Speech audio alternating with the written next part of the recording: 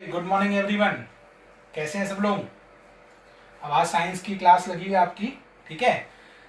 तो स्टार्ट करते हैं, ठीक है? चलो देखिए बेटा, लास्ट क्लास में आपके मैंने सीरीज कनेक्शन तक पढ़ाया था बच्चे। कहाँ तक पढ़ाया था? सीरीज कनेक्शन तक। याद है? सब भूल गए? पुराने वीडियो होंगे, उसको देखो, रिवाइज करो। सीरीज कनेक्शन तक पढ़ाया था। और सीरीज कनेक्शन अगर आपको याद हो तो कुछ ऐसा था, ये रेसिस्टेंस, ये रेसिस्टेंस, ये रेसिस्टेंस। यहाँ पे क्या लगी थी? बैटरी थी, सेल थी? बताना कमेंट बॉक्स में लिख करके कि सर ये बैटरी थी कि सेल थी। और हमारे पास बच्चे कितने रेसिस्टेंस थे?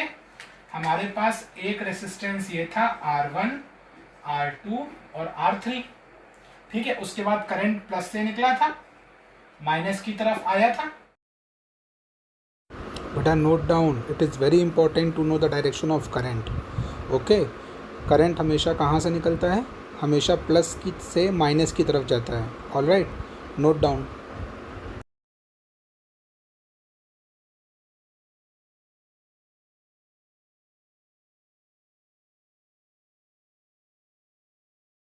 करंट गया, करंट यहाँ पे गया, करंट यहाँ पे गया, करंट यहाँ पे गया, करंट यहाँ पे गया। हम लोगों ने पूरा डेरिवेशन सॉल्व किया था, और पूरा डेरिवेशन जो सॉल्व करा है इसको मैं दोबारा से बता देता हूं आपको। देखिए सीरीज कनेक्शन में बच्चे क्या होता है, सीरीज कनेक्शन में ना आपका जो करंट होता है वो सेम होता है। करंट क्या होता है बच्चे? सेम। जबकि पोटेंशियल डिफरेंस क्या होता है आपका? डिफरेंट। ठीक है? देखिए यहां पे सपोज करो कैपिटल वी। कैपिटल वी का मतलब कुछ ना कुछ वोल्ट की बैटरी तो लगी होगी। अब करंट हमेशा बच्चे प्लस से निकलता माइनस में जाता है भाई। प्लस से निकला माइनस में गया। अब जब करंट प्लस से निकला और माइनस में गया तो ये देखो, जब करंट इस वाले पॉइंट पे पहुंचा, ध्यान से देखना, इस वाले पॉइंट पे क्या करंट को कोई और दूसरा रास्ता दिखा? नहीं दिखा।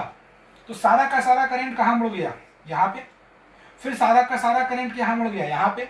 तो उसके बाद देखो यहाँ पे ध्यान से, हमारे पास तीन रेसिस्टर हैं, एक रेसिस्टर, दूसरा और तीसरा।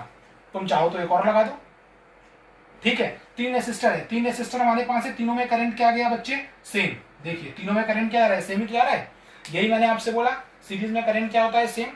और वोल्टेज क्या होता है? डिफरेंट। इसका मतलब कि अगर मैं आपसे बात करूं तो इस वाले के अक्रॉस वोल्टेज क्या होगा? V1।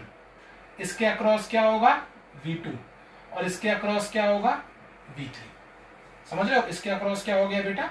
This is V3। ठीक है?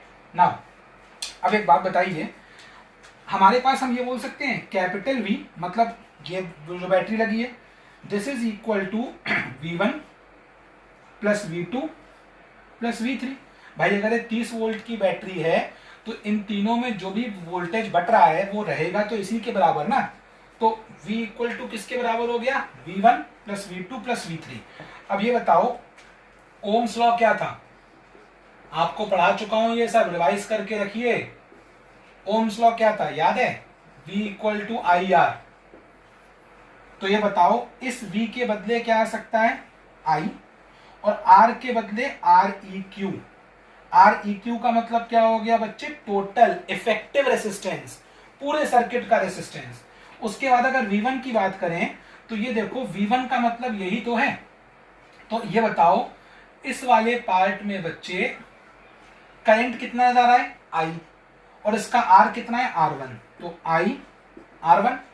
ऐसे यहां पे कितना है? I R2। यहां कितना है? I R3। यहां से आप I को क्या ले सकते हो? अगर मैं इसको सॉल्व करूं तो from this particular case you can take I as common, right?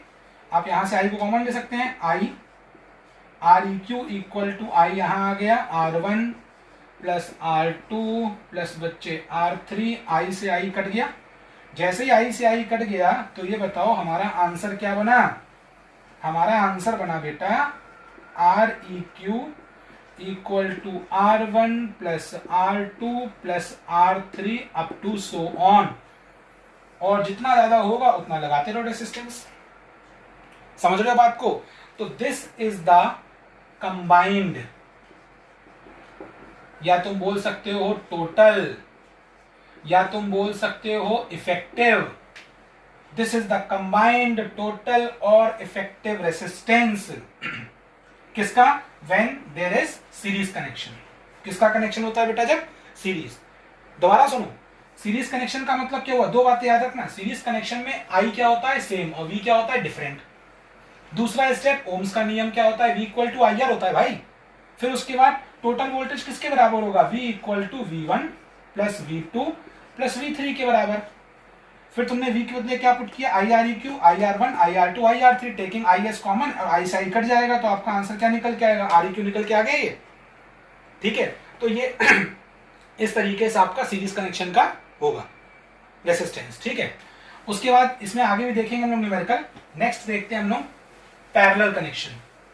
कौन सा वाला बच्चे, पैरेलल। देखिए, अगर नेक्स्ट टाइप के कनेक्शन की बात करूं मैं आपसे, तो नेक्स्ट आपका हो गया पैरेलल। देखिए, नेक्स्ट आपका है पैरेलल कनेक्शन। ठीक है, अब अगर पैरेलल कनेक्शन की मैं बात करूं, तो पैरेलल कनेक्शन में होता क्या है, देखो, सीरीज कनेक्शन में एक रेसिस्टेंस ये रहा और दूसरा ये रहा। इस रेसिस्टेंस के छोर से ये रेसिस्टेंस कनेक्ट होता था, मतलब इसको उठा के यहां पे जोड़ दोगे, तो जब जोड़ दोगे तो ये कुछ ऐसा ही तो कनेक्ट होगा। जबकि पैरेलल में क्या होता है बच्चे, ये एक रेसिस्टेंस, ये दूसरा रेसिस्टेंस, ये तीसरा रेसिस्टेंस, तीनों के ये वाले सिरे और तीनों के ये वाले सिरे, तुम जरूरी नहीं है 3 मानो, 2 मान सकते हो, तीनों के ये सिरे ऐसे कनेक्ट हुए। उसके बाद ये पूरे आपके इस तरीके से यहां पे जाकर के बैटरी से कनेक्ट हो गए। अब यहां वैल्यू दे देते हैं इन सबकी। वैल्यू अगर मैं दूं तो इसको R1 मान लो, इसको R2 मान लो, इसको R3 मान लो, कुछ ना कुछ वैल्यू बैटरी की होगी। ये प्लस है, ये माइनस है, ये V हो गया। समझ रहे हो बात को आप? इसी को हम अगर आगे सॉल्व करें तो ये बताओ बच्चे, अब यहां से करंट चला भाई, सबसे इंपॉर्टेंट काम, यहां तक करंट पहुंचा। अब जब करंट यहां पहुंचा तो देखो करंट को कितने रास्ते मिल रहे हैं, वीडियो को पॉज करो, सोचो, बताओ। करंट को 3 रास्ते मिल रहे हैं, कितने, 3। देखो, I1 गया, I2 गया और I3 गया। मतलब यहां वाले रेसिस्टेंस में I1 करंट जा रहा है, यहां वाले रेसिस्टेंस में I2 जा रहा है और यहां वाले में I3।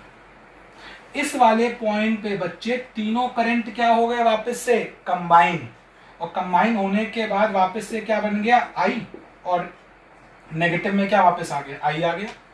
मतलब तुमने यहाँ पे एक बात देखी, पैरेलल कनेक्शन में बताओ क्या करंट सेम है भाई, पैरेलल कनेक्शन में क्या करंट सेम है, नहीं। तो पैरेलल कनेक्शन में करंट क्या होता है बच्चे, डिफरेंट। क्या होता है, डिफरेंट। जबकि पैरेलल कनेक्शन में पोटेंशियल डिफरेंस क्या होता है, सेम।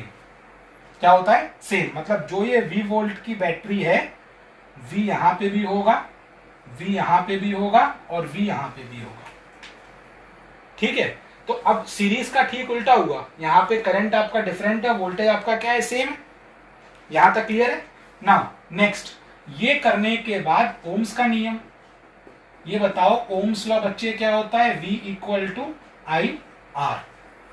तो यहां से एक बात बताओ, I इक्वल टू क्या हो सकता है भाई, I equal to V upon R, yes और no, I is equal to V upon R. Now tell me, this is the total current which is drawn out from the battery. Now this current is divided into 3 parts. This is I1, that is I2, and this is I3. So what can I write? I can write like this, I equal to I1 plus I2 plus I3. सोचो अगर यहाँ पे केवल 2 branches होती तो तुम केवल I2 तक लिखते, 4 होती तो I4 लिख देते। समझ रहे हो बात को, I4 नहीं, I4। ठीक है, I4। ना तो हमारा I इक्वल टू क्या आ गया, I1 plus I2 plus I3। अब ये बताओ, ये करंट कौन सा है, ये है टोटल करंट जो बैटरी से चल रहा है। इसके बदले क्या आ सकता है बच्चे, V अपॉन R। अब देखो V तो सबके लिए सेम है, R क्या है, R हमारा आएगा EQ वाला, टोटल R। ध्यान रखो, सीरीज में भी हमने क्या निकाला था, टोटल R।